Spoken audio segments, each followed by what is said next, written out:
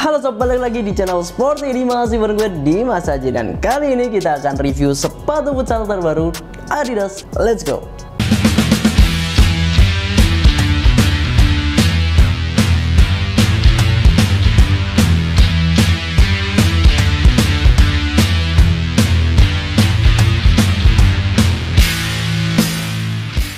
Seperti biasa kita akan mulai review mulai dari desain dan juga colorway-nya terlebih dahulu.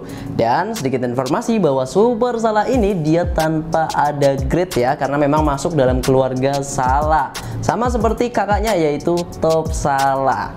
Nah, untuk Super Salah sendiri kalau kita lihat shape-nya, kemudian bentuknya ataupun colorway dan juga desainnya memang manis ya. Ini warnanya cukup bersahaja gitu. Warna hijau tua, kemudian ada warna putih dan juga warna hijau muda untuk detailing-detailingnya. Dan gue suka sih sejujurnya dengan colorway yang seperti ini, dan pasti banyak orang yang setuju dengan gue. Untuk colorway-nya sendiri itu memang hanya ada 3 warna itu, dan kalau dari segi desain sebenarnya juga nggak yang neko-neko ya. Dia main di desainnya itu simple banget gitu. Ada brandingan Adidas di strip-stripnya di sisi bagian dalam dan juga bagian luar. Di bagian tangnya juga ada lebih kecil dan hanya ada tulisan Salah di bagian heel-nya. Dan ini detail kecil yang menurut gue manis banget sih. Agak jarang ya untuk ditemukan Super Salah dengan desain yang bagian belakangnya itu kayak gini. Dan ini adalah Super Salah yang generasi kedua. Di sini juga ada macam eksternal heel canternya gitu dengan doubling layernya di bagian belakang. Oke, untuk di bagian lace-nya sendiri, lacing sistemnya standar, lacing sistem sepatu futsal pada umumnya.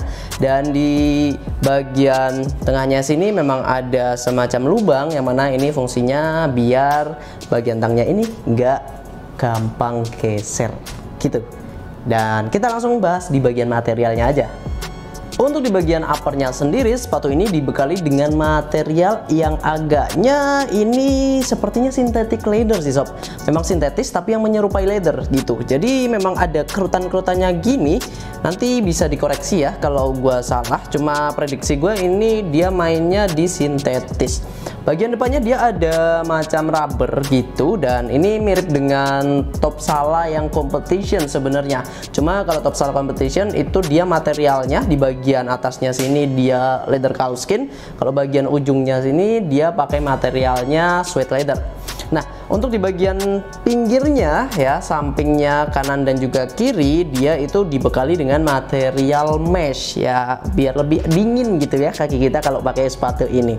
Nah, meshnya ini dia juga cukup banyak di bagian sisi samping, kemudian bagian tangnya juga ini juga material mesh, dan bagian heelnya juga yang mana di background daripada tulisan Salahnya ini dia materialnya mesh. Jadi memang cukup banyak ada detail-detail kecil yang gue rasa mempercantik lah ya bagian daripada upper dari Super Salah ini. Nah, di bagian depannya juga di sini ada jahitan-jahitan stitching biasa gitu. Dan ini juga gue rasa cukup rapi ya, dan gue suka sih dengan finishing dan juga detail yang seperti ini. Oke, kalau bagian insole-nya dia non removable, tidak bisa dilepas. Dia hanya ada tulisan N plastic waste. Jadi memang mengurangi penggunaan plastik yang ya cukup lumayan lah ya di dalam pembuatan sepatu Super Salah 2 ini. Dan overall gue juga suka dengan bagian uppernya, dan ya ini adalah Super Salah, sepatu yang benar-benar super. Yang disayangkan dari Super Salah memang ada di bagian outsole-nya, karena ini dia hanya berbekal outsole rubber aja tanpa ada bantalan ataupun midsole. Kalau lu cari yang ada midsole-nya, langsung upgrade di Top Salah. Cuma gue juga agak kurang serk dengan Top Salah yang competition ya. Entah kenapa gue merasa bahwa Top Salah itu lebih enak yang Top Salah aja gitu, bukan yang Top Salah competition, karena memang bentuknya itu benar-benar berubah total. Nah, kalau di Super Salah ini memang agak keras ya untuk di bagian uppernya, karena memang ini dia pakainya rubber, dan ini rubbernya sebenarnya kalau di bagian depan sini dia lebih fleksibel gitu, lebih elastis gitu. Tapi kalau bagian heelnya memang ini agak keras gitu. Tapi tenang aja karena insole-nya juga udah lumayan. ya nggak yang tebel banget tapi juga nggak yang tipis gitu, lumayan aja. Nah untuk di bagian outsole-nya juga desainnya dia standar aja, hanya ada tulisan marking, kemudian ada branding Adidasnya kecil. Di sini ada pivot point-nya dengan desain yang ya segi empat kayak gini. Nah ada desain di bagian depan dan juga ada desain di bagian belakang sini. Di sini ada semacam desain tambahan yang ya untuk stabilizer gitulah ya, mungkin lebih biar aerodinamis aja, walaupun ya kalau bagian outsole nggak begitu kerasa kali ya. Mungkin itu di bagian outsole-nya. Secara umum sepatu ini memang sudah cukup baik untuk mengakomodir permainan futsal, baik lu yang baik buat yang di posisi pivot, anchor, flank maupun kiper. Overall gue suka dengan sepatu ini. Memang ada beberapa hal yang masih perlu diperhatikan, terutama di bagian lace-nya, di bagian talinya. Gue merasa bahwa talinya ini agak kepanjangan. Entah kenapa, walaupun nanti kita masih masukkan di bagian ujung sini, tetap agak sedikit kepanjangan. Mungkin itu aja sih, selebihnya gue suka dengan Supersala 2 ini. Bagian yang mungkin menjadi catatan selanjutnya adalah bagian keseluruhan dari bobot sepatu ini.